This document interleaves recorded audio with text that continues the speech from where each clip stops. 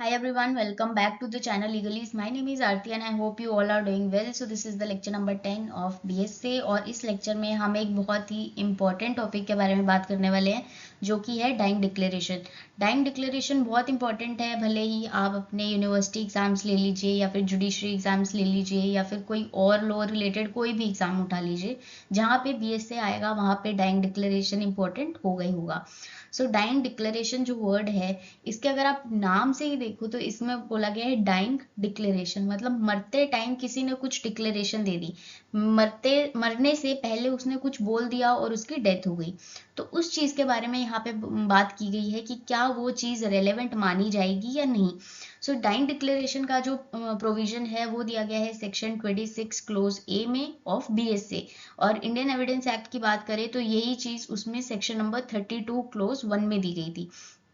तो ये आप ध्यान रखना कि वहां पे सेक्शन नंबर 32 था, यहाँ पे सेक्शन नंबर 26 है। और क्लोज भी आपको याद रखना है, क्योंकि कई लोग क्या करते हैं, डाइंग डिक्लेरेशन का क्वेश्चन आ जाता है तो उसमें सेक्शन जो है वो लिख के आ जाते हैं सेक्शन नंबर 26, लेकिन जो पूरा सेक्शन है वो डाइंग डिक्लेरेशन की बात नहीं करता है। यहाँ पे सिर्फ जो क्लोज ए है या इंडियन एविडेंस एक्ट का सेक्शन 32 का क्लोज 1 था, वो ही डाइंग डिक्लेरेशन की बात करता है। इसके 8 क्लोजेस हैं।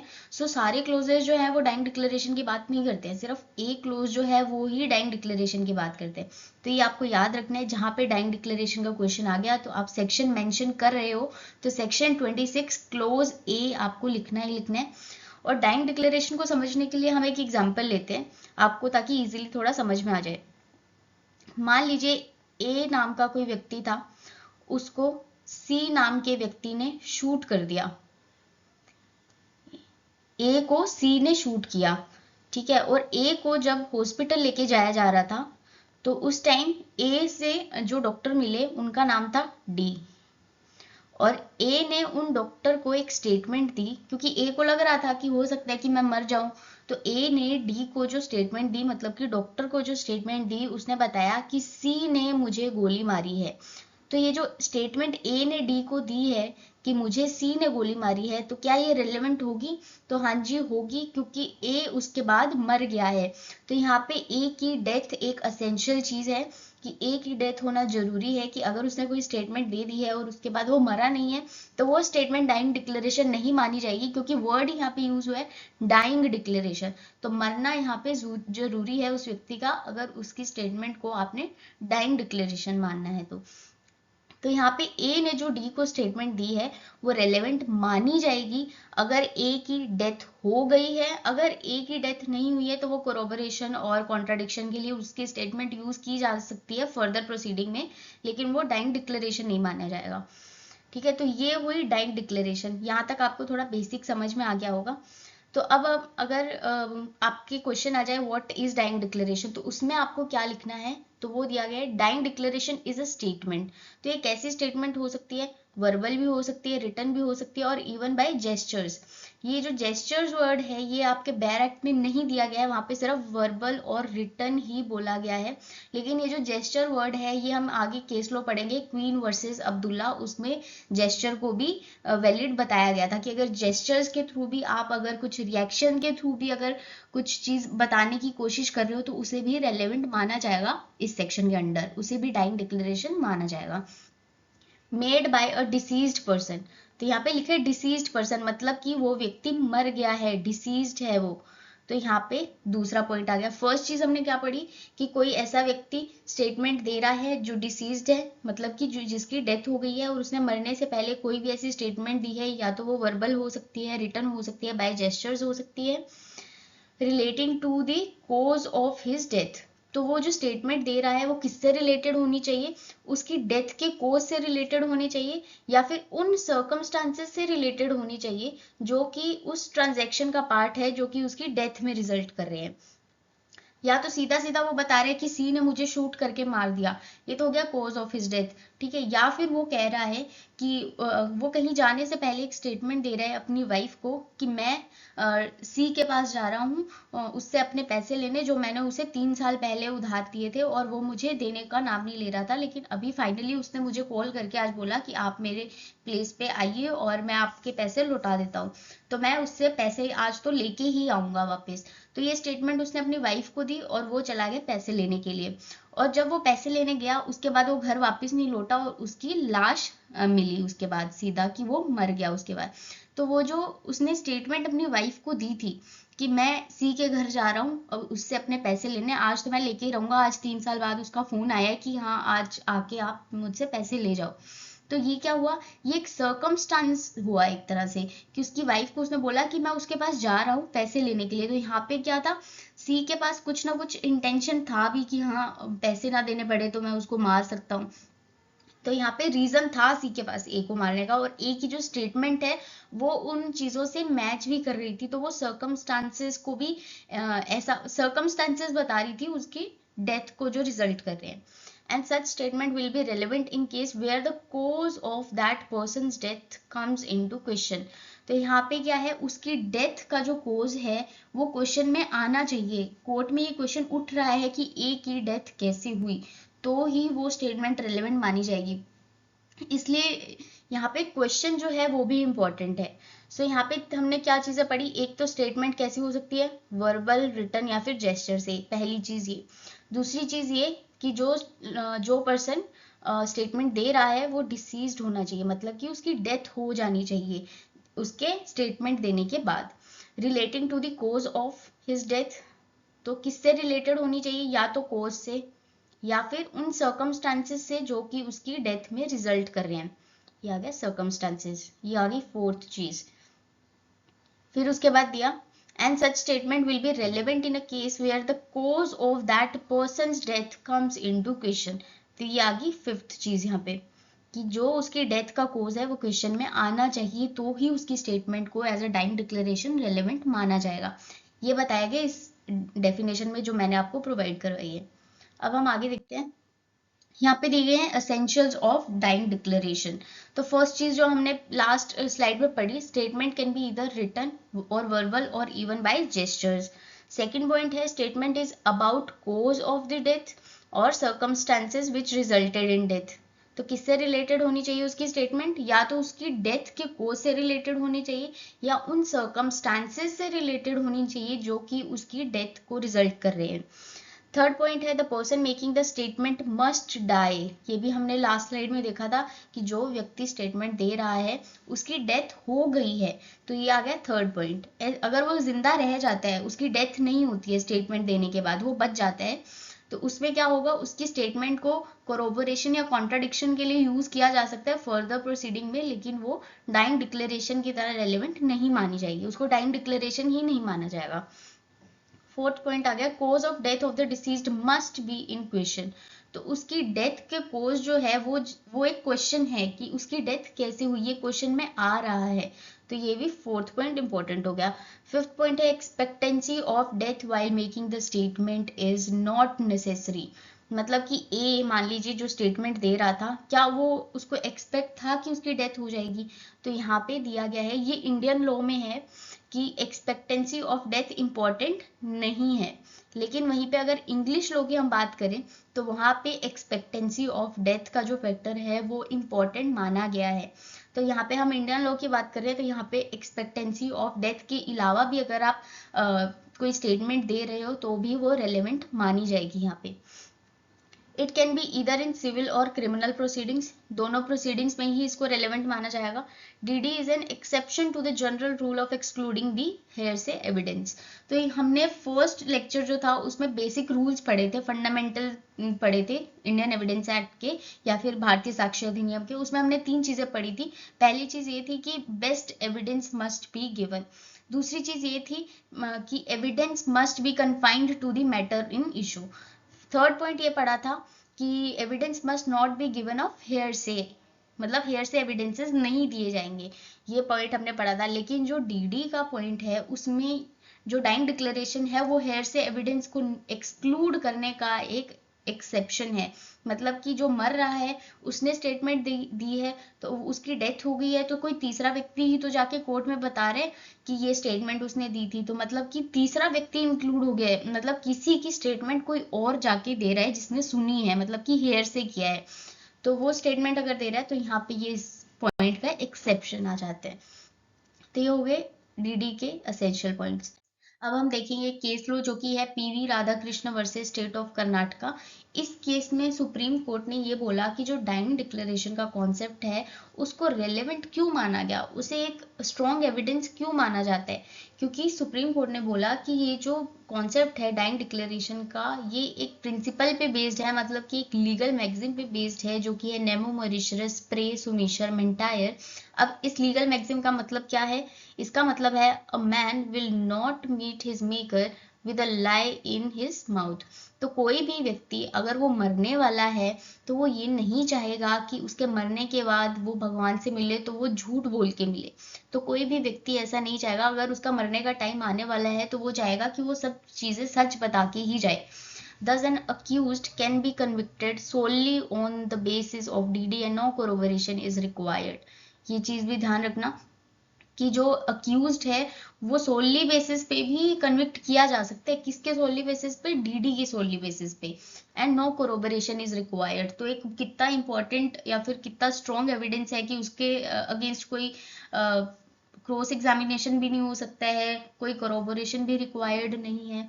तो बहुत ही स्ट्रॉन्ग एविडेंस माना गया है। तो PV Radhakrishna versus state of Karnataka में सुप्रीम कोर्ट ने ये ऑब्जर्व किया that the principle on which a dying declaration is admitted as evidence is indicated in the legal maxim Nemo Mauritius Pre Sumisher Mentire। I hope कि मैं pronounce सही कर रही होंगी, otherwise आप देख लेना थोड़ा। which means a man will not meet his maker with a lie in his mouth। Thus an accused can be convicted solely on the basis of DD and no corroboration is required। तो ये case लो आप देख लेना। इसमें important क्या चीज है, जो लीगल मैगजीम बताया गया है। तो इसमें मेनली इस केस लो में इस लीगल मैगजीम के ऊपर ही बात की गई थी। अब हम देखेंगे मैनर ऑफ डाइंग डिक्लेरेशन। तो इसमें मैनर ऑफ डाइंग डिक्लेरेशन का क्या मतलब हुआ कि डाइंग डिक्लेरेशन किस तरीके से कम्युनिकेट किया जा रहा है, क्या उसका भी कोई फॉर्म होना चाहिए, क्या मैनर होना चाहिए कम्युनिकेट करने का, तो उसके बारे में यहाँ पे बात की गई है। तो अगर आपको याद हो तो हमने फर्स्ट स्लाइड में 3 वर्ड पढ़े, ऐसी स्टेटमेंट जो कि वर्बली भी दी जा सकती है, रिटन भी दी जा सकती है या फिर जेस्चर फॉर्म में भी दी जा सकती है। तो यहाँ पे जो वर्ड हमने देखा था जेस्चर, वो मैंने आपको बताया था कि वो बेयर एक्ट में प्रोवाइड नहीं करवाया गया है, लेकिन वो केस लॉज के द्वारा उसे धीरे धीरे ऐड किया गया है कि जेस्चर्स भी वैलिड होंगे, साइंस भी वैलिड होंगे। तो किन केस लॉज के द्वारा बताया गया है, तो फर्स्ट केस है क्वीन वर्सेस अब्दुल्ला। तो इस केस लॉ में इलाहाबाद हाईकोर्ट ने ये बोला that the statement may even B communicate bye any adequate method of communication. कोई भी एडिक्वेट मेथड हो सकता है कम्युनिकेट करने का। जरूरी नहीं है कि अगर वो व्यक्ति बोल नहीं पा रहे या फिर लिख नहीं पा रहे तो जरूरी नहीं है कि वर्बली और रिटर्न ही दे, वो साइंस के थ्रू भी हाँ ना, जो कि क्लियरली वो साइंस आपको समझ में आ रही है, वो भी एक एडिक्वेट मेथड माना जाएगा डीडी को कम्युनिकेट करने का। तो इसे भी वैलिड बताया गया है इस केस में, क्वीन वर्सेस अब्दुल्ला में। तो इसमें देखते हैं पूरा क्या लिखा है। Allahabad high court held that the statement may even be communicated by any adequate method of communication such as signs or gestures provided the indication is positive and definite। तो डेफिनेट होना चाहिए, जो वो साइन दे रहा है या जेस्चर दे रहा है, मतलब कि क्लियर होना चाहिए, समझ आ रहा है कि क्लियरली कि वो क्या बोलना चाह रहा है। तो क्लियर होना जरूरी है, मतलब कि डेफिनेट होना जरूरी है। मान लीजिए इसमें एक एग्जांपल लेते हैं, कोई व्यक्ति जो कि डेथ बेड पे है, मतलब कि हो सकता है कि वो कभी भी मर जाए, उसके सामने 4 लोगों को लाके खड़ा कर दिया कि आप देखो इनमें से क्या किसी ने आपको मारा है, मारने की कोशिश की है। तो उससे पूछा गया, ए को सामने लाया गया कि क्या ए ने मारने की कोशिश की है, तो वो ऐसे ऐसे हाथ कर रहा है। फिर लाया गया बी को, तो बी के टाइम पे वो ऐसे ऐसे हाथ कर रहे हैं। फिर सी को लाया गया तो वो ऐसे हाँ के वे में साइन दे रहा है कि हाँ ठीक है। फिर डी को लाया गया तो उसने फिर ऐसे कर दिया। तो यहाँ पे क्लियर है कि वो बोलना चाह रहा है कि सी ही इन्वॉल्व है इस चीज के अंदर। तो वो सी पे ऐसे ऐसे साइन जो दे रहा है वो एक वैलिड डाइंग डिक्लेरेशन माना जाएगा या फिर वैलिड मैनर माना जाएगा डाइंग डिक्लेरेशन को कम्युनिकेट करने का। तो ये बताया गया क्वीन वर्सेस अब्दुल्ला केस में। तो नेक्स्ट पॉइंट है डीडी मस्ट बी कंप्लीट। तो जो डाइंग डिक्लेरेशन है वो कंप्लीट होनी चाहिए, मतलब कि जो व्यक्ति है जो मरने वाला है वो कोई स्टेटमेंट दे रहा है तो वो अपने आप में एक कंप्लीट स्टेटमेंट होनी चाहिए। तो उसी चीज के बारे में यहाँ पे बात की गई है। A DD must be complete in the sense that it should completely describe either the cause of death or the circumstances leading to death, but if in a case a declarant had declared so much that it is complete in itself, though he wanted to speak more, then in that case it will be accepted as DD. अब मान लीजिए ए नाम का कोई व्यक्ति है, वो कोई स्टेटमेंट दे रहा है अपने मरने से पहले, तो उसने कोई स्टेटमेंट दी, फिर उसकी डेथ हो गई, भले ही वो आगे कुछ और भी बोलना चाह रहा है, लेकिन अगर जो उसने अपनी डेथ से पहले जो स्टेटमेंट दी है वो अपने आप में ही सफिशिएंट है, मतलब कि वो कॉज ऑफ डेथ या circumstances which result in his death उसको डिस्क्राइब करने के लिए सफिशिएंट है, तो उसको एक वैलिड डाइंग डिक्लेरेशन की तरह एक्सेप्ट किया जाएगा। भले ही वो कुछ आगे और बोलना चाह रहा है, लेकिन जितनी स्टेटमेंट उसने दे दी है वो अगर सफिशिएंट है, वो कॉज ऑफ डेथ बता रही है या उन सर्कमस्टांसेस को बता रही है जो कि उसकी डेथ में रिजल्ट कर रहे हैं, तो वो भी एक वैलिड डाइंग डिक्लेरेशन की तरह एक्सेप्ट की जाएगी। लेकिन हाँ, अब मान लीजिए कि उसने अपनी डेथ से पहले कोई स्टेटमेंट दे दी, ठीक है, और उसके बाद वो कुछ और भी आगे बोलना चाह रहा था, लेकिन जो उसने डेथ से पहले स्टेटमेंट दी उसका मतलब किसी को समझ में ही नहीं आया कि वो क्या बोलना चाह रहा था, क्या उसकी भाषा नहीं समझ में आई या फिर कुछ भी समझ में नहीं आया, तो इस चीज को हम इनकम्प्लीट मानेंगे और डाइंग डिक्लेरेशन नहीं मानेंगे। क्यों? क्योंकि वो अपने आप में कंप्लीट डाइंग डिक्लेरेशन नहीं है, क्योंकि वो समझ ही नहीं आया, उसमें कॉज ऑफ डेथ भी नहीं समझ में आ रहा, सर्कमस्टांसेस के बारे में भी नहीं कुछ समझ में आ रहा। जब कुछ समझ ही नहीं आ रहा तो हम डाइंग डिक्लेरेशन या फिर किस चीज को हम वैलिड मानेंगे वहां पे। तो ये बताया गया है कि किस सेंस में हम डीडी को कंप्लीट मानेंगे। बात करेंगे डिक्लेरेंट के स्टेट ऑफ माइंड की, कि जब वो डिक्लेरेंट जो है वो स्टेटमेंट दे रहा है उस टाइम पे उसके स्टेट ऑफ माइंड कैसे होना चाहिए उसके बारे में हम देखेंगे। तो यहाँ पे फर्स्ट पॉइंट है declarant must be in a fit state of mind. अगर कोई चीज वो बता रहा है जो कि एक स्ट्रॉन्ग एविडेंस बन सकता है, तो अगर वो कोई चीज बोल रहा है तो वो कम से कम फिट स्टेट ऑफ माइंड में तो होना चाहिए। अब मान लीजिए कि वो होश में ही नहीं है और बड़बड़ा रहा है कुछ ना कुछ, तो वो समझ में ही नहीं आ रहा है पहली बात तो, और दूसरी चीज ये कि वो अपने सेंसेस में ही नहीं है, वो अच्छी तरह से समझ ही नहीं पा रहा है कि वो बोल क्या रहा है या बोलना क्या चाहता है, फिट स्टेट ऑफ माइंड में है ही नहीं, तो वो हम वैलिड कैसे मान लेंगे। तो ये चीज इंपॉर्टेंट है कि जो डिक्लेरेंट है वो फिट स्टेट ऑफ माइंड में होना चाहिए जिस टाइम वो स्टेटमेंट दे रहा है। दूसरा पॉइंट है normally the court should satisfy that the deceased was in a fit state of mind. अब जो डिक्लेरेंट है वो फिट स्टेट ऑफ माइंड में है या नहीं, ये कौन डिसाइड करेगा? तो ये डिसाइड करेगा कोर्ट, या फिर जो लोग वो जो जिसको वो स्टेटमेंट दे रहा है, अगर उन्हें भी लग रहा है कि वो फिट स्टेट ऑफ माइंड में है या नहीं है, तो वो कोर्ट में जाके बता सकते हैं वो चीज। लेकिन कोर्ट जो है वो फाइनली डिसाइड करेगा कि क्या वो डिक्लेरेंट उस टाइम पे फिट स्टेट ऑफ माइंड में था या नहीं था। थर्ड पॉइंट है certificate of doctor is a rule of question. तो यहाँ पे जो डॉक्टर है वो सर्टिफिकेट दे सकता है कि वो जो डिक्लेरेंट है वो फिट स्टेट ऑफ माइंड में है या नहीं है उस टाइम पे। लेकिन अगर डॉक्टर ने कोई सर्टिफिकेट नहीं भी दिया है तो भी उसकी स्टेटमेंट को इनवैलिड नहीं माना जाएगा, रिजेक्ट नहीं किया जाएगा, उसे एक्सेप्ट किया जाएगा, क्योंकि जो सर्टिफिकेट ऑफ डॉक्टर होता है वो सिर्फ एक रूल ऑफ क्वेश्चन है।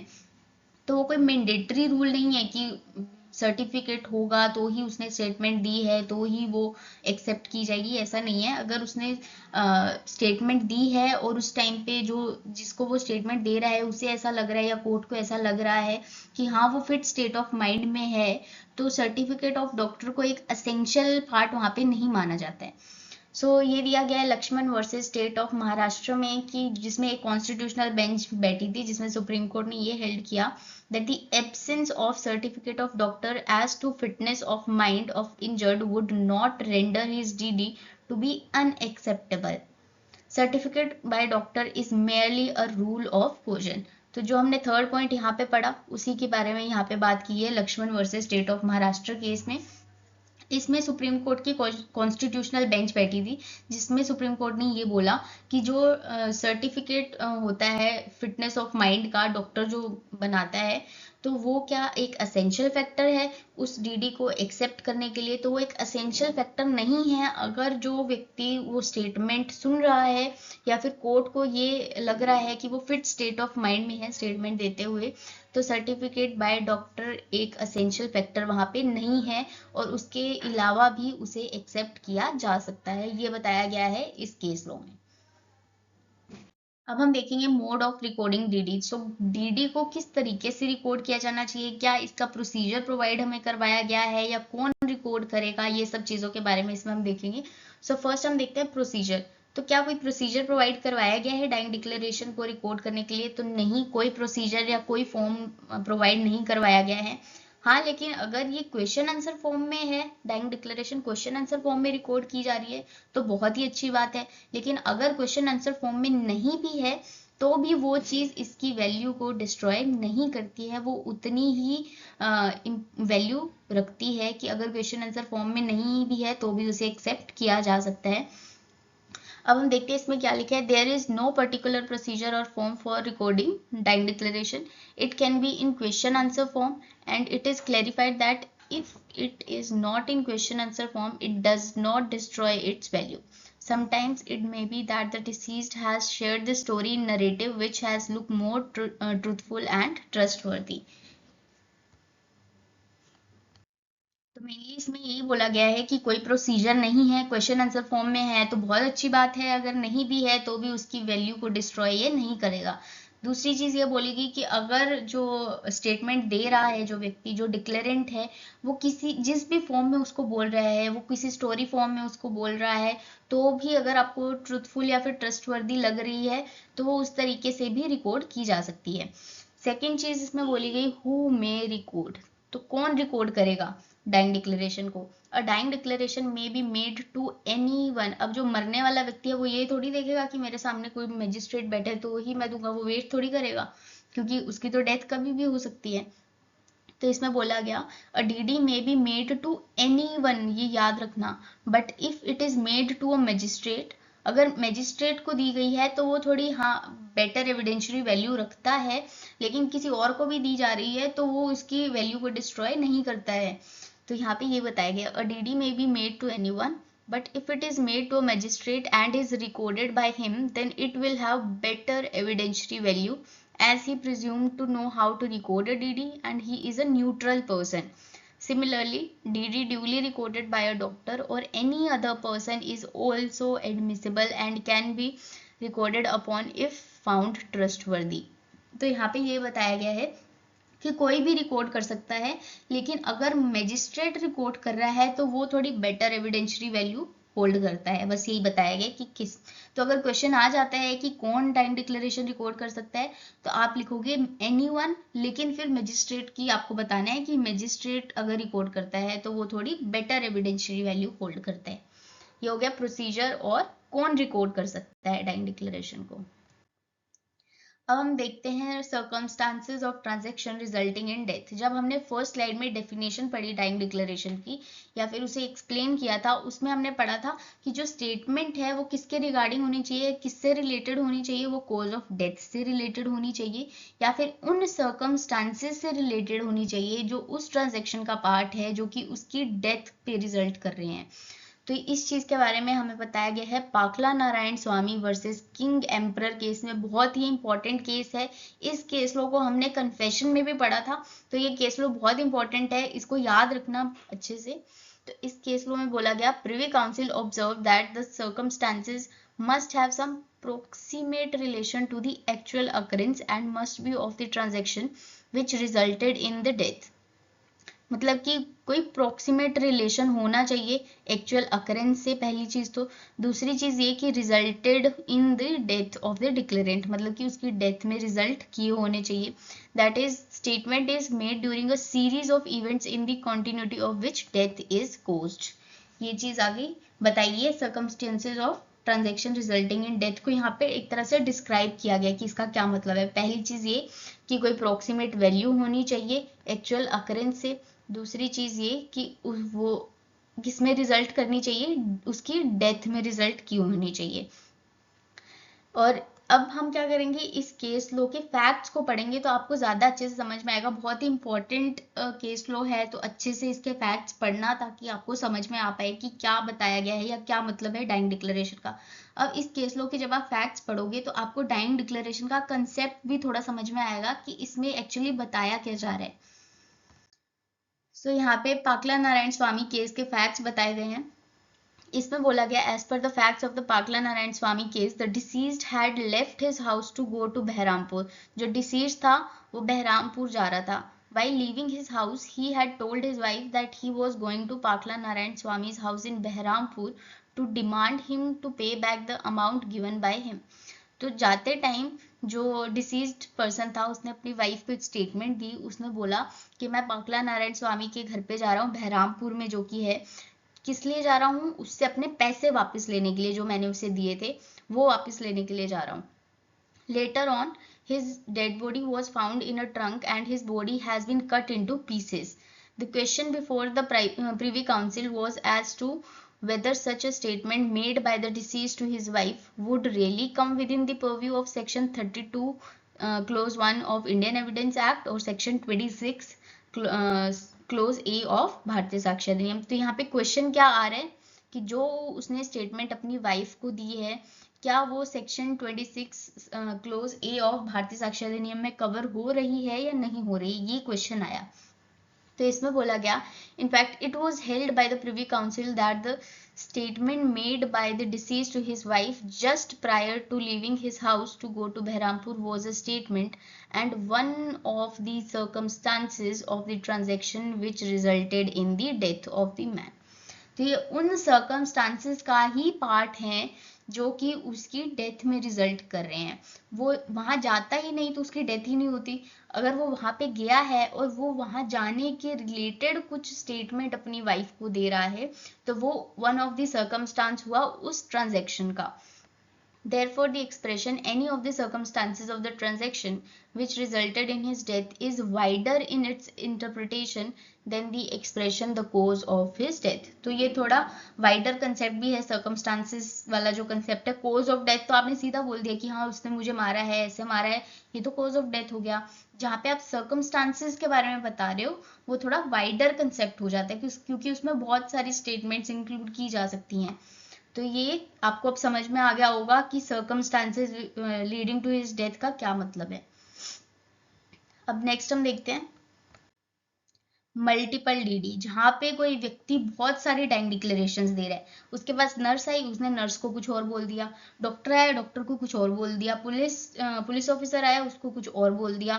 तो अगर ऐसा है तो उस केस में मल्टीपल डाइंग डिक्लेरेशन में हम क्या करेंगे उसके बारे में यहाँ पे बताया गया है। In case of multiple dying declarations, the court is expected to see whether all the plural declarations differ in material particulars, कि क्या वो एक दूसरे से different है या same है, पहले तो ये देखा जाएगा। If the declaration materially differs from each other, अगर same ही statement दे रहा है तो बहुत अच्छी बात है क्योंकि फिर तो वो उसको relevant माना ही जाएगा। लेकिन अगर वो different statements दे रहा है, अलग अलग statement दे रहा है, the same will not be relied upon, तो उस पर रिलाई नहीं किया जाएगा अनलेस द कोरोबोरेटिव एविडेंस इज एड्यूस्ड। तो पहली चीज तो ये कि हमने पढ़ा था पीवी राधाकृष्ण केस में, हमने देखा था जहाँ पे हमने लीगल मैगजीन देखा था तो उसमें लिखा था कि कोई कोरोबोरेशन रिक्वायर्ड नहीं है, इसके अंदर कोई क्रॉस एग्जामिनेशन नहीं हो सकता है। लेकिन यहाँ पे बोला है कि अगर मल्टीपल डीडीज वो दे रहा है वो व्यक्ति, तो जो कोरोबोरेटिव एविडेंसेस अगर किसी को सपोर्ट कर रहे हैं तो फिर उस स्टेटमेंट पे रिलाई किया जा सकता है। अगर कोई और एविडेंस नहीं है, कोई कोरोबोरेटिव एविडेंसेस नहीं मिलते हैं तो फिर उस स्टेटमेंट पे रिलाई बिल्कुल भी नहीं किया जाएगा। तो अब हम देखेंगे इससे रिलेटेड केस लो जो कि है Harbans Lal versus state of Haryana. इसमें बोला गया if there are multiple DD then it should be read as one. पहली बात तो ये कि मल्टीपल डीडीज है तो उनको पहले तो ये देखा जाएगा कि क्या वो एक दूसरे से अलग हैं या फिर सेम है या फिर अलग अलग है लेकिन मैच कर रही हैं एक दूसरे से, मतलब कि वो एक सीरीज बना रही है उस ट्रांजैक्शन का। तो ये देखा जाएगा, उसे एज अ वन रख के देखा जाएगा कि क्या वो क्या समझाने की कोशिश कर रहा है हमें। And it should B one and same statement for proper appreciation of evidence.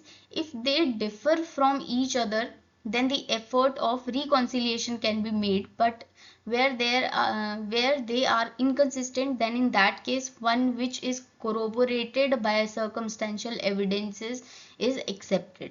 तो जो कि कोरोबोरेशन जिसका होगा, जिससे कोरोबोरेटिव एविडेंसेस जिसको सपोर्ट कर रही हैं उस स्टेटमेंट पे रिलाई किया जाएगा, दूसरी स्टेटमेंट्स पे रिलाई नहीं किया जाएगा। ये बोला गया Harbans Lal versus state of Haryana में। अब हम देखते हैं इंडियन लॉ और इंग्लिश लॉ में क्या डिफरेंस है डाइंग डिक्लेरेशन से रिलेटेड। तो इंडियन लॉ में ये बोला गया, dying declaration is relevant and can be accepted in both criminal and civil cases. तो ये जो पॉइंट है, ये हमने असेंशियल्स ऑफ डाइंग डिक्लेरेशन जब पढ़ा था, उसमें भी ये पॉइंट पढ़ा था कि ये दोनों चीज़ों में ही रिलेवेंट माना जा सकता है, मतलब कि दोनों प्रोसीडिंग्स में ही एक्सेप्ट किया जाएगा।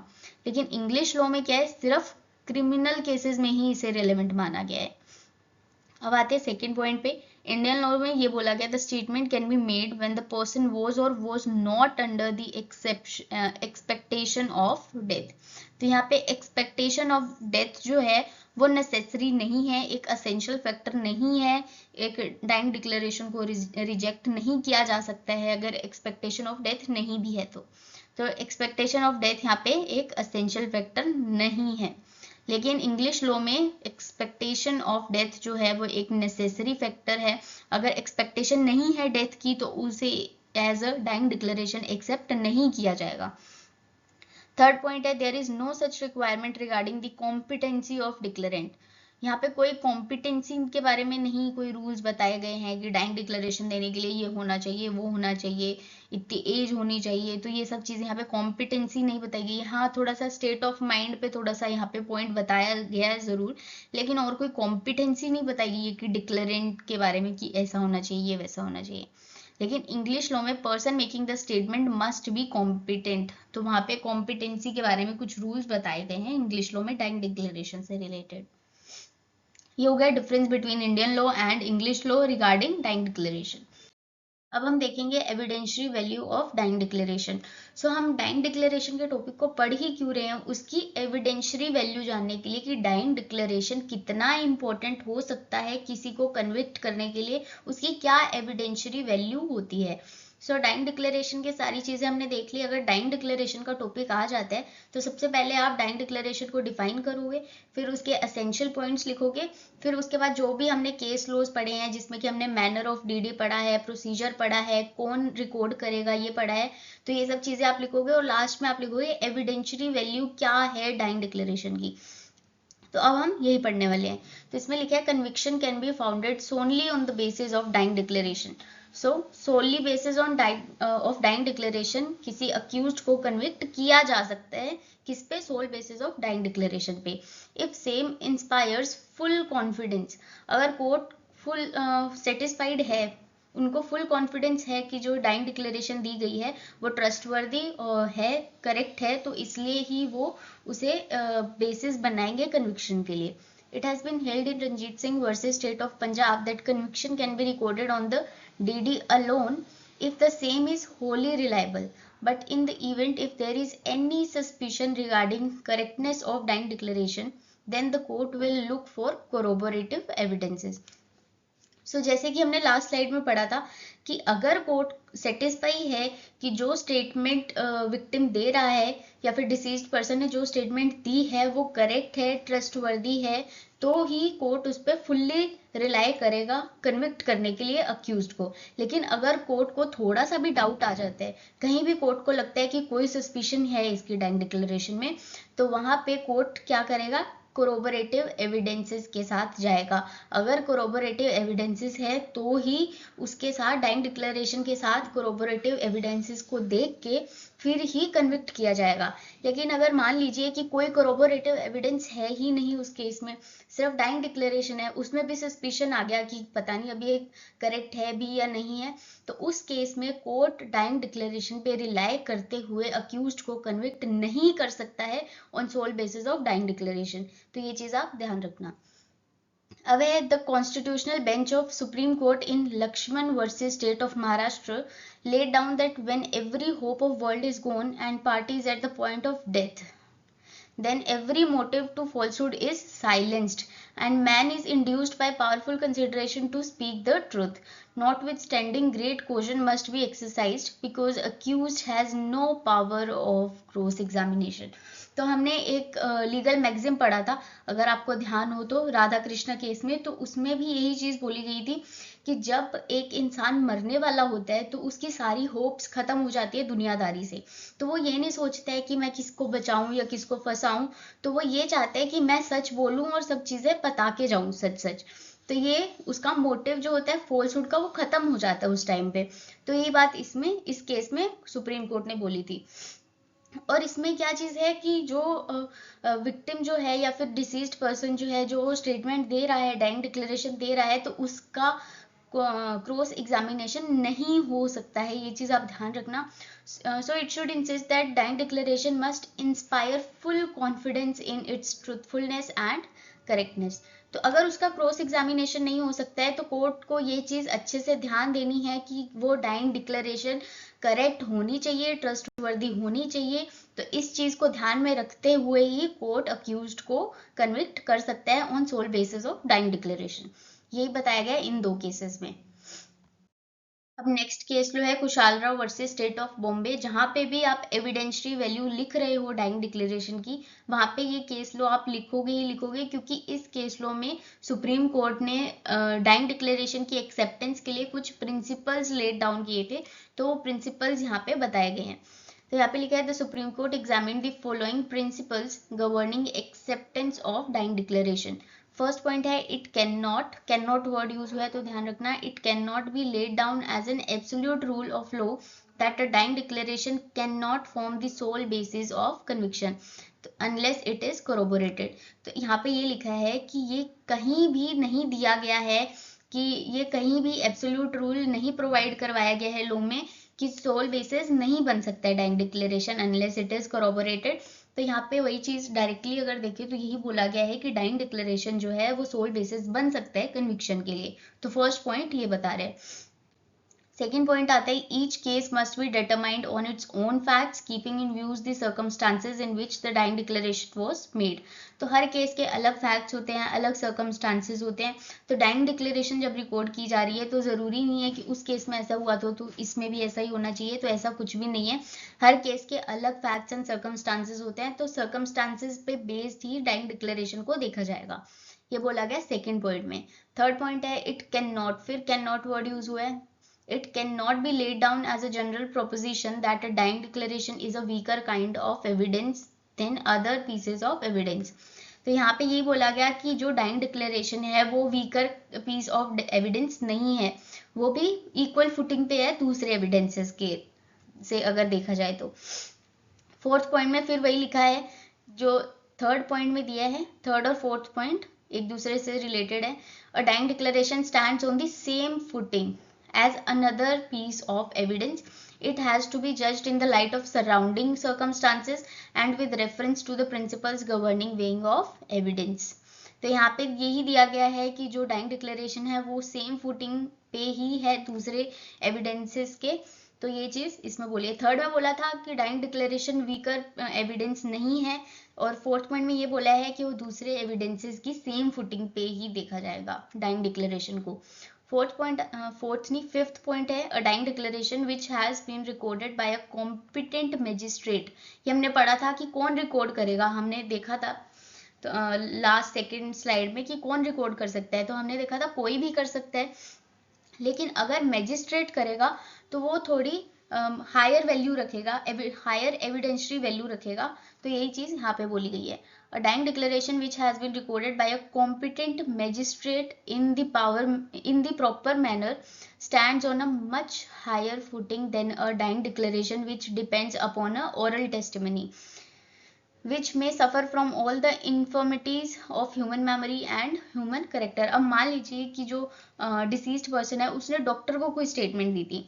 अब डॉक्टर एक ह्यूमन है तो उसने उसकी बात सुन तो ली, उसने लिखा नहीं कुछ भी, उसने सुन ली उसकी बात और उसने कोर्ट में जाके बताया। अब इसमें ये चीज देखी जाती है कि हो सकता है कि डॉक्टर कुछ चीज भूल गया हो या सुनने में उसे गलती हो गई हो, तो वहां पे ह्यूमन मेमोरी का भी कुछ हो सकता है, तो यहाँ वहां पे इन्फॉर्मिटीज आ सकती है। लेकिन अगर मैजिस्ट्रेट रिकॉर्ड कर रहा है तो वो क्वेश्चन आंसर फॉर्म में भी कर सकता है और नरेटिव फॉर्म में भी कर सकता है, तो वो लिख रहा है साथ साथ। तो ये माना जाता है मैजिस्ट्रेट जो है वो जो डाइंग डिक्लेरेशन रिकॉर्ड करता है वो मच हायर फुटिंग पे होती है अदर देन दूसरे जो भी किसी और को दिया जा रहा है, मान लीजिए डॉक्टर को दिया जा रहा है, फ्रेंड को दिया जा रहा है, रिलेटिव को, तो उससे। फिर आते हैं next point, in order to test the reliability of a dying declaration the court has to keep in view various circumstances including the condition of the person concerned to make such a statement and it has been made at least earliest opportunity and was not the result of tutoring. तो यहाँ पे ये चीज ध्यान रखी जाएगी कि जो स्टेटमेंट डिसीज्ड पर्सन ने दी है वो उसने अर्लीस्ट अपॉर्चुनिटी पे दी है, मतलब कि अगर मान लीजिए उसके पास पहले मौका था कि वो कुछ बोल सकता था लेकिन उसने 2 दिन बाद कुछ बोला, लेकिन वो पहले दिन भी बोल सकता था लेकिन उसने नहीं बोला, 2 दिन बाद बोला, इसका ये मतलब भी हो सकता है कि कोई उसे कुछ सिखा के गया हो, ट्यूटर करके गया हो। तो ये जो डाइंग डिक्लेरेशन में जो स्टेटमेंट दे रहा है वो ट्यूटरिंग का रिजल्ट नहीं होना चाहिए, ये चीज ध्यान रखी जाएगी। तो ये जो 6 पॉइंट्स हैं ये आपको ध्यान रखने हैं। फर्स्ट में बोला गया कि सोल बेसिस बन सकता है डाइंग डिक्लेरेशन कन्विक्शन के लिए। दूसरा, हर केस के फैक्ट्स एंड सर्कमस्टांसेस अलग होते हैं, तो डाइंग डिक्लेरेशन को उस केस के फैक्ट्स एंड सर्कमस्टांसेस के बेस्ड पे ही रिकॉर्ड किया जाएगा। थर्ड पॉइंट आया कि dying declaration weaker kind of evidence नहीं है। फोर्थ पॉइंट में बोला गया कि डाइंग डिक्लेरेशन सेम फुटिंग पे ही है दूसरे एविडेंसेस के। फिफ्थ पॉइंट में बोला गया कि मैजिस्ट्रेट अगर रिकॉर्ड कर रहा है तो वो मच हायर फुटिंग पे रखा जाएगा। और लास्ट पॉइंट में ये बोला गया कि जो डाइंग डिक्लेरेशन में स्टेटमेंट दी जा रही है वो अर्लीस्ट अपॉर्चुनिटी पे दी जा रही है या नहीं, कि क्या वो किसी के ट्यूटरिंग का रिजल्ट तो नहीं है, ये सब चीजें देखी जाएंगी। तो ये हो गया Kushal Rao versus state of Bombay case. अब हम लीगल प्रोविजन देखेंगे डाइंग डिक्लेरेशन से रिलेटेड। सो फर्स्ट स्लाइड जो हमने देखी थी उसमें हमने डिफाइन किया था डाइंग डिक्लेरेशन को। तो वहां पे मैंने आपको बताया था कि डाइंग डिक्लेरेशन भारतीय साक्ष्य अधिनियम के सेक्शन नंबर 26 के क्लोज ए में दी गई है। वहीं पे इंडियन एविडेंस एक्ट की बात करें तो वहां पे सेक्शन नंबर 32 के क्लोज 1 में दी गई थी। तो यहाँ पे आपको ध्यान रखना है कि पूरा सेक्शन ही डाइंग डिक्लेरेशन के बारे में बात नहीं कर रहा है, सेक्शन 26 नहीं लिखना है आपको। सेक्शन 26 क्लोज ए जो है वो ही सिर्फ डाइंग डिक्लेरेशन की बात करता है। तो इसमें लिखा है स्टेटमेंट्स रिटन और वर्बल। वहां पे हमने डाइंग डिक्लेरेशन में एक जेस्चर वर्ड भी यूज किया था, तो उसमें जो केस लॉ हमने पढ़ा था उससे रिलेटेड वो था क्वीन वर्सेस अब्दुल्ला।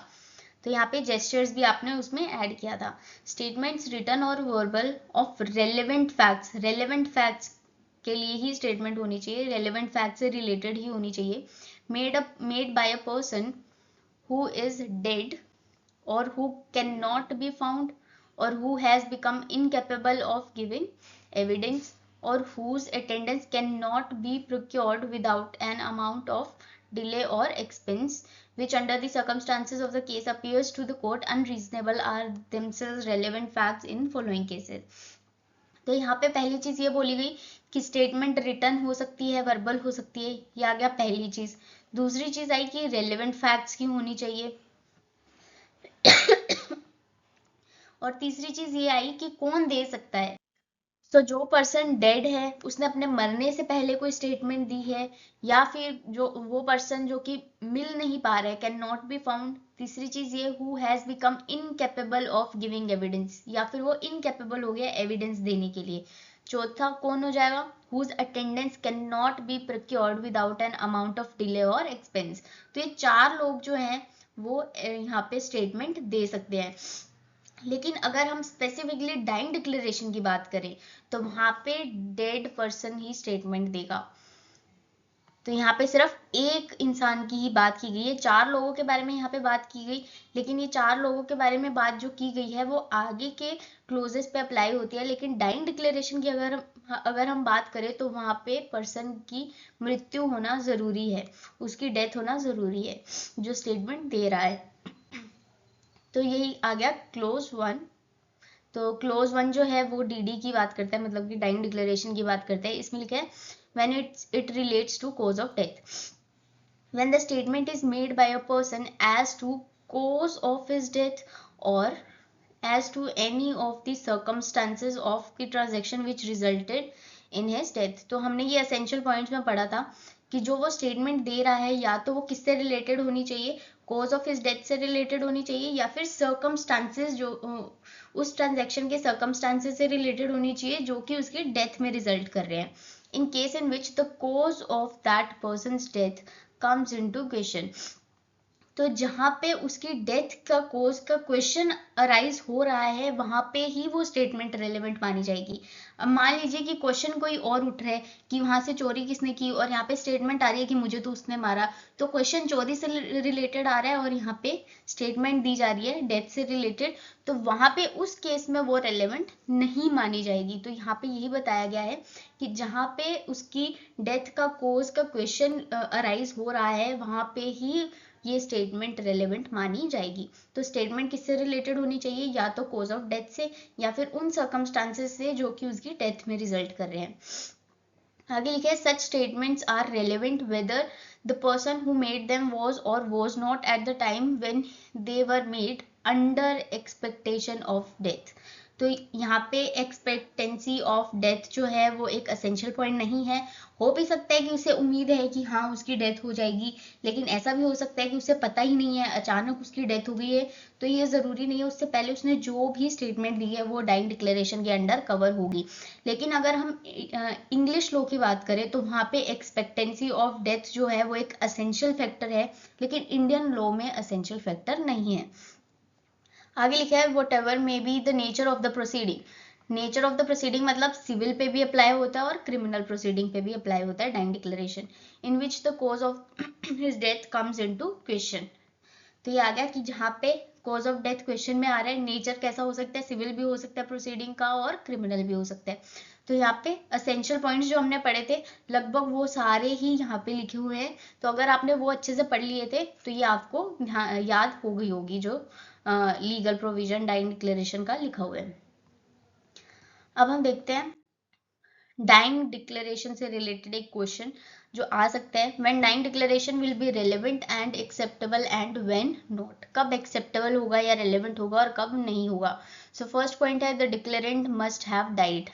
तो डिक्लेरेंट जो है उसका मरना जरूरी है यहाँ पे।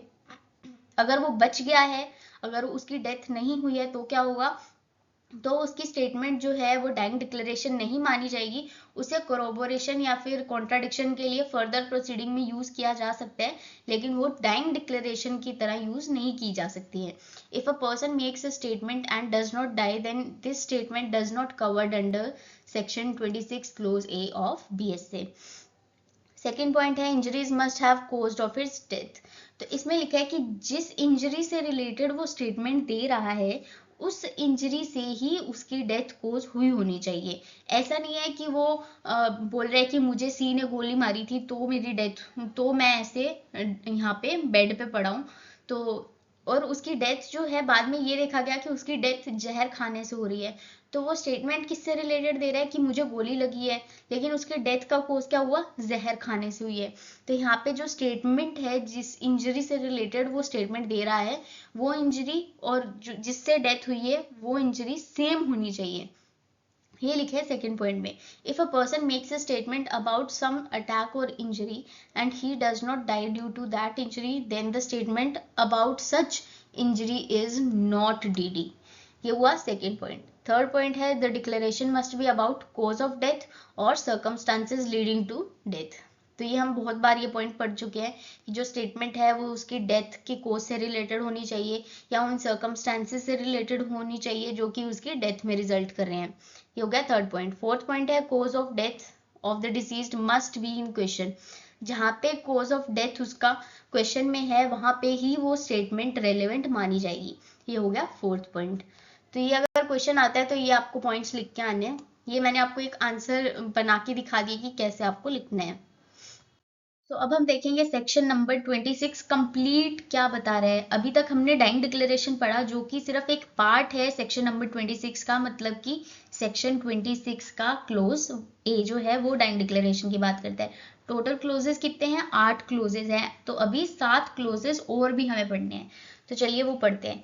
सेक्शन नंबर 26 में लिखा है स्टेटमेंट्स रिटन और वर्बल। कैसी स्टेटमेंट हो सकती है, रिटन भी हो सकती है, वर्बल भी हो सकती है। इसमें हमने जेस्चर वर्ड इंक्लूड किया था डाइंग डिक्लेरेशन में, तो उसका केस लो हमने पढ़ा था क्वीन वर्सेस अब्दुल्ला, तो वहां पे जेस्चर्स को भी वैलिड माना गया है। Statements written or verbal of relevant facts, relevant facts की ही स्टेटमेंट होनी चाहिए। Made by a person who is dead, तो किसके द्वारा ये स्टेटमेंट दी जा रही है? या तो वो व्यक्ति की मृत्यु हो गई है, या फिर वो मिल नहीं रहा है, या फिर वो इनकेपेबल हो गया है एविडेंस देने के लिए, या फिर उसकी अटेंडेंस प्रोक्योर करना, कोर्ट को लग रहा है कि अगर उसकी अटेंडेंस प्रोक्योर करनी है तो डिले भी हो सकता है और एक्सपेंस भी लग सकता है, जो कि अनरीजनेबल लग रहा है। तो ऐसे व्यक्तियों ने अगर कोई भी स्टेटमेंट दी है इन सब चीज़ों से पहले, तो वो कब कब रेलेवेंट मानी जाएगी, यही हमें सेक्शन नंबर 26 बताता है। तो जो हमने डाइंग डिक्लेरेशन का कंसेप्ट पढ़ा, मतलब कि क्लोज ए जो हमने पढ़ा, उसमें किस व्यक्ति की बात हो रही है? जिसकी डेथ हो गई है। तो यहाँ पे डाइंग डिक्लेरेशन के कंसेप्ट में आप ध्यान रखना कि यहाँ पे जो 4 लोग दिए हैं उसमें से जो व्यक्ति डेथ, यहाँ पे डेथ कंपलसरी है कि डेथ होनी उसकी जरूरी है, तो ही वो डाइंग डिक्लेरेशन होगा। तो यहाँ पे डेड पर्सन, डिसीज्ड पर्सन के द्वारा जो स्टेटमेंट दी गई है वो ही डाइंग डिक्लेरेशन होगी। तो यहाँ पे 4 लोगों की वैसे बात की गई है, लेकिन डाइंग डिक्लेरेशन के लिए सिर्फ ये चीज इंपॉर्टेंट है कि उसकी डेथ होना जरूरी है। अब हम आते हैं सेकंड क्लोज पे। इसमें लिखा है इन कोर्स ऑफ बिजनेस। तो मान लीजिए अगर किसी व्यक्ति ने अपने बिजनेस में उसकी डेथ से पहले, या फिर उसके गायब होने से पहले, या फिर उसके इनकैपेबल होने से पहले, या फिर उसकी अटेंडेंस प्रोक्योर नहीं हो पाने की सर्कमस्टांसेस से पहले उसने कोई ऐसी स्टेटमेंट दी है, किसमें दी है? या तो कोई एंट्री की है उसने अपने कोर्स ऑफ बिजनेस में, या मेमोरेंडम बनाई है, किसी डॉक्यूमेंट पे साइन किया है, तो वो सब चीजें बाद में रेलेवेंट मानी जाएंगी। तो ये दिया है सेक्शन 26 के क्लोज बी में, in ordinary course of business. फिर आता है सी क्लोज, जिसमें दिया है अगेंस्ट इंटरेस्ट ऑफ मेकर। तो जो यहाँ पे स्टेटमेंट दे रहा है, जो मेकर है, वो ऐसी कोई स्टेटमेंट दे रहा है जो उसी के ही इंटरेस्ट के अगेंस्ट जा रही है। तो यहाँ पे कौन सी इंटरेस्ट की बात की है? या तो पेक्यूनरी इंटरेस्ट की बात की है, या फिर प्रोप्रेटरी इंटरेस्ट की बात की है। तो 2 तरह का इंटरेस्ट यहाँ पे बताया गया है इस क्लोज में। इसमें बोला है कि जो मेकर है वो ऐसी कोई स्टेटमेंट उसने दी है उसके मरने से पहले, या उसके गायब होने से पहले, या इनकेपेबल होने से पहले, या फिर जो 4th चीज हमने ऊपर पढ़ी थी उससे पहले, अगर उसने कोई ऐसी स्टेटमेंट दी है जो उसी के ही इंटरेस्ट के अगेंस्ट है, तो वो रेलेवेंट मानी जाएगी अंडर सेक्शन 26 क्लोज सी। फिर डी पॉइंट आता है opinion as to existence of any public right और कस्टम और मैटर्स ऑफ पब्लिक और जनरल इंटरेस्ट।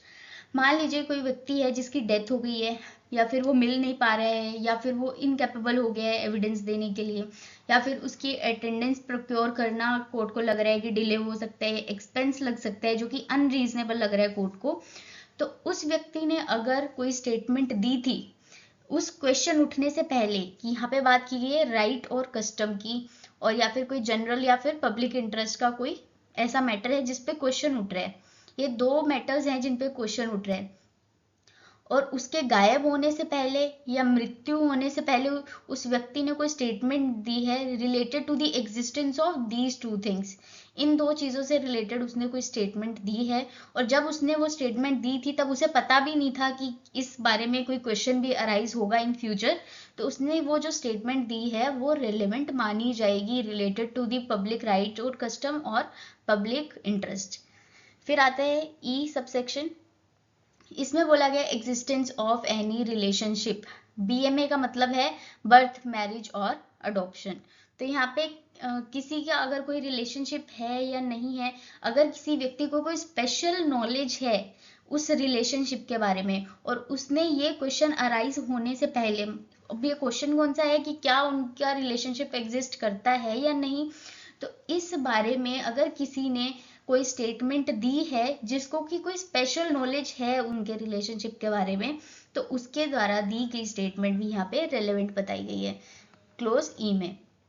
फिर आता है क्लोज एफ। ये भी रिलेशनशिप के बारे में ही बात करता है, लेकिन ये रिलेशनशिप कौन बता रहा है? जो ई क्लोज है उसमें कोई व्यक्ति बता रहा है, लेकिन जो एफ क्लोज है उसमें विल या फिर कोई डीड में लिखा गया है, जिससे पता चल रहा है कि हाँ इनमें ये रिलेशनशिप था। क्यों? क्योंकि उस विल में या डीड में इस तरीके से लिखा गया है जिससे पता चल रहा है कि उन 2 व्यक्तियों में क्या रिलेशनशिप था। तो ये चीज भी रेलेवेंट बताएगी, वो स्टेटमेंट जो कि विल और डीड में दी गई है। ये रिटन स्टेटमेंट हो गई यहाँ पे। फिर आता है जी क्लोज, जी क्लोज में ये बोला गया, deed, will or other document related to section 11 clause A. तो सेक्शन 11 क्लोज ए क्या किससे रिलेटेड है? वो उन ट्रांजैक्शन के बारे में बात करता है जिसमें कि राइट्स या फिर कस्टम्स जो हैं वो मॉडिफाई हुए हैं, क्रिएट हुए हैं या फिर चेंजेस लाए गए हैं उनमें कुछ। तो ये सब चीज़ें सेक्शन 11 का क्लोज ए हमें बताता है। तो अगर किसी डीड में या विल में या किसी और डॉक्यूमेंट जो है वो इस बारे में बात कर रहा है कि कोई ट्रांजैक्शन हुई है उस राइट या कस्टम से रिलेटेड, तो वो डॉक्यूमेंट, विल और डीड भी रेलेवेंट मानी जाएगी। यहाँ पे भी रिटर्न स्टेटमेंट आ गई। फिर आता है एच क्लोज, इसमें बोला गया मेड बाय सेवरल पर्सन्स। यहाँ पे बहुत सारे लोगों ने सेम स्टेटमेंट दी किसी चीज के बारे में, लेकिन अब वो उनकी या तो डेथ हो गई है या वो मिल नहीं पा रहे हैं या इनकेपेबल हो गए हैं एविडेंस देने के लिए, तो वो सब व्यक्तियों ने एक ही स्टेटमेंट दी गई, तो उनके द्वारा दी गई स्टेटमेंट को भी रेलेवेंट माना जाएगा। तो ये हो गए 8 क्लोजेस जो कि है सेक्शन नंबर 26 के। फर्स्ट क्लोज जो बात करता है वो डाइंग डिक्लेरेशन की बात करता है। सेकंड क्लोज बात करता है कि अगर किसी व्यक्ति ने अपने ऑर्डिनरी कोर्स ऑफ बिजनेस में कोई चीज बोली है, कोई एंट्री की है इन discharge of his professional duty, तो वो रेलेवेंट मानी जाएगी। थर्ड क्लोज बोलता है कि अगर कोई स्टेटमेंट मेकर के ही इंटरेस्ट के अगेंस्ट जा रही है तो वो भी रेलेवेंट मानी जाएगी। फोर्थ पॉइंट है ओपिनियन कोई दे रहा है किसी राइट या फिर कस्टम के बारे में या जनरल इंटरेस्ट के बारे में जिस पे कोई क्वेश्चन अराइज हो रहा है और उसने जो स्टेटमेंट दी है वो उस क्वेश्चन के अराइज होने से पहले दी है, तो वो रेलेवेंट मानी जाएगी। फिर आता है ई क्लोज, इसमें बोला गया एग्जिस्टेंस ऑफ एनी रिलेशनशिप। तो इसमें अगर किसी व्यक्ति को स्पेशल नॉलेज है उस रिलेशनशिप के बारे में तो उसके द्वारा दी गई स्टेटमेंट भी रेलेवेंट मानी जाएगी। इसमें एक एग्जांपल लेते हैं क्योंकि ऐसे समझ में नहीं आएगा। इसमें मान लीजिए किसी पंडित ने किसी की शादी करवाई थी। अब जिनकी जो पंडित है उनकी डेथ हो गई है, लेकिन उससे पहले उन्होंने कोई स्टेटमेंट दी थी या कहीं पे लिखा था कि इस तारीख को मैंने इनकी शादी करवाई थी, तो वो उनके द्वारा बोली गई चीज भी रेलेवेंट मानी जाएगी। क्यों? क्योंकि उन्होंने जिनकी शादी करवाई थी उनके रिलेशन से रिलेटेड, मतलब उनकी मैरिज से रिलेटेड उन्हें एक स्पेशल नॉलेज थी, तो उनके द्वारा दी गई स्टेटमेंट यहाँ पे रेलेवेंट मानी जाएगी। फिर आता है एफ पॉइंट, जिसमें बोला गया कि अगर कोई विल या डीड कोई रिलेशनशिप की एग्जिस्टेंस की बात करता है तो वो रेलेवेंट मानी जाएगी। फिर आता है जी पॉइंट, जिसमें बोला गया कि अगर किसी डीड में, विल में या किसी और डॉक्यूमेंट में किसके बारे में बात की गई है, सेक्शन 11 क्लोज ए के बारे में, जो कि बात करता है एनी ट्रांजेक्शन जिसमें कि कोई राइट या कस्टम को अप्लाई किया गया है, मॉडिफाई किया गया है, क्रिएट किया गया है, वो सब चीजें आ गई यहाँ पे। तो यहाँ पे डीड, विल या फिर अदर डॉक्यूमेंट जिसमें उसके बारे में बात की गई है वो रेलेवेंट बताया गया है। फिर आता है एच पॉइंट, जिसमें बोला गया कि अगर सेवरल पर्सन ने, बहुत सारे लोगों ने एक ही तरह की स्टेटमेंट दी है लेकिन वो अभी नहीं मिल पा रहे हैं या उनकी डेथ हो गई है, तो सेम स्टेटमेंट बहुत सारे लोगों ने दी है तो वो भी रेलेवेंट मानी जाएगी। तो ये हो गए 8 पॉइंट जो कि आते हैं सेक्शन नंबर 26 में। तो इसमें वैसे मेनली इंपॉर्टेंट ए क्लोज ही है जो कि है डाइंग डिक्लेरेशन। तो डाइंग डिक्लेरेशन आप अच्छे से कर लेना क्योंकि इस पे क्वेश्चन आता ही आता है मोस्टली सभी एग्जाम्स में, और बाकी के जो पॉइंट्स है, बाकी के 7 पॉइंट्स जो है वो प्री के पॉइंट ऑफ व्यू से इंपॉर्टेंट हो सकते हैं, लेकिन मेंस में इन पे कोई क्वेश्चन नहीं आएगा। आपको सिर्फ डाइंग डिक्लेरेशन इस पे कवर करना है अगर मेंस के परस्पेक्टिव से आप पढ़ रहे हो इसे। तो अब हम देखते हैं इलिस्ट्रेशंस। सो सेक्शन नंबर 26 की बहुत सारी इलिस्ट्रेशंस है, तो मैंने मेन इलिस्ट्रेशंस उठा ली हैं तो जिससे आपको कंसेप्ट समझ में आ जाएगा, और बाकी की जो बची हुई इलिस्ट्रेशंस है वो आप खुद पढ़ लेना, और अगर आपको कोई डाउट हो तो आप कमेंट सेक्शन में जाके पूछ सकते हो।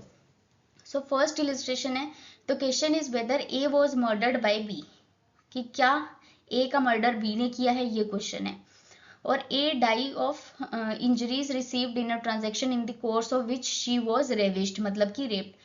या तो बी ने उसको जानबूझ के मारा है, उसका मर्डर किया है, या फिर ए को ऐसी इंजरीज आई हैं किसकी वजह से, उसके रेप होने की वजह से ऐसी इंजरीज आई है जिससे उसकी डेथ हुई है। तो ये दो चीजों में क्वेश्चन आ रहा है कि क्या उसे मारा गया है या रेप करने के बाद इंजरीज की वजह से उसकी डेथ हुई है। तो question is whether she was raped by B, और the question is whether A was killed by B under such circumstances that a suit would lie against B by A's widow. Statements made by A as to the cause of his death or her death. तो A ने एक statement दी किसके related, as to cause of his or her death, referring respectively to the murder, the rape and the actionable wrong under consideration are relevant facts.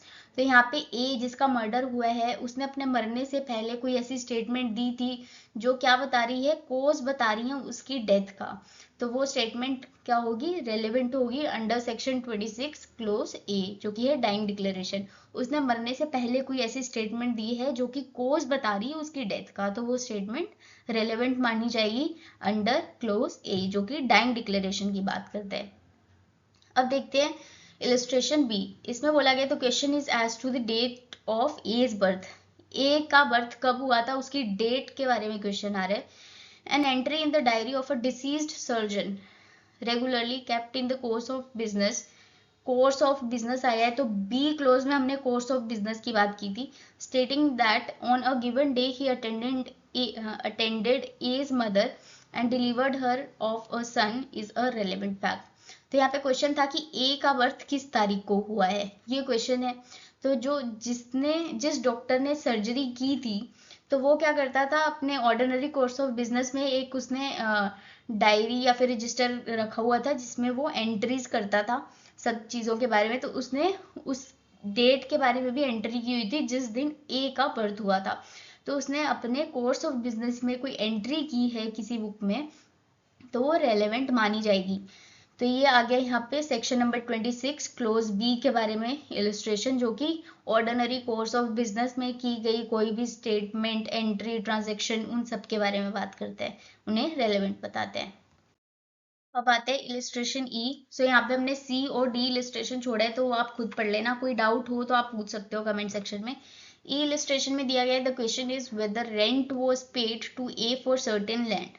A letter from A's deceased agent to A saying that he had received the rent on A's account and held it at A's orders is a relevant fact। तो यहाँ पे question आ रहा है कि क्या ए को rent receive हुआ है या नहीं हुआ है, ये क्वेश्चन आ रहा है। तो वहीं पे ए का जो एजेंट था उसने एक लेटर लिखा जिसमें यह बताया कि उसने ए के नाम पे रेंट रिसीव कर लिया है लेकिन उसने ए को दिया नहीं है।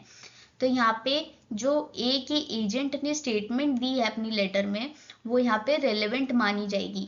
तो ये बात कर रहे हैं सेक्शन नंबर 26 के क्लोज सी का, जिसमें हमने देखा था कि मेकर के इंटरेस्ट के अगेंस्ट जा रही है उसकी स्टेटमेंट, तो उसे रेलेवेंट माना जाएगा। यहाँ पे डिसीज्ड हो गया एजेंट जो है। फिर आता है एफ इलिस्ट्रेशन, इसमें दिया तो question is whether A and B were legally married. तो क्वेश्चन है कि क्या ए और बी जो है वो लीगली मैरिड हैं या नहीं। The statement of a deceased clergyman that he married them under such circumstances that the celebration would be a crime is relevant। तो यहाँ पे जिसने शादी करवाई थी वो ही स्टेटमेंट दे रहा है, मतलब उसे स्पेशल नॉलेज है उनकी मैरिज से रिलेटेड। तो ये किसके अंडर कवर हो रहा है, सेक्शन 26 के क्लोज ई के अंडर कवर हो रहा है, तो यहाँ पे इसे रेलेवेंट माना जाएगा। फिर आता है इलिस्ट्रेशन आई। इसमें बोला गया तो question is weather a given road is a public way. A statement by A a deceased headman of the village that the road was public is a relevant fact. यहाँ पे ओपिनियन का हमने एक subsection close पढ़ा था जिसमें बोला गया था कि अगर किसी को किसी राइट या कस्टम की एग्जिस्टेंस के बारे में पता है या फिर कोई पब्लिक इंटरेस्ट के बारे में पता है तो वो चीज रेलेवेंट मानी जाएगी, और ये कवर होता है अंडर सेक्शन 26 के क्लोज आई में। तो ये हो गया आई इलिस्ट्रेशन। तो यहाँ तक हमने 5 इलिस्ट्रेशंस देख ली हैं, बाकी इलिस्ट्रेशंस आप खुद पढ़ लेना, अगर कोई डाउट हो तो पूछ लेना।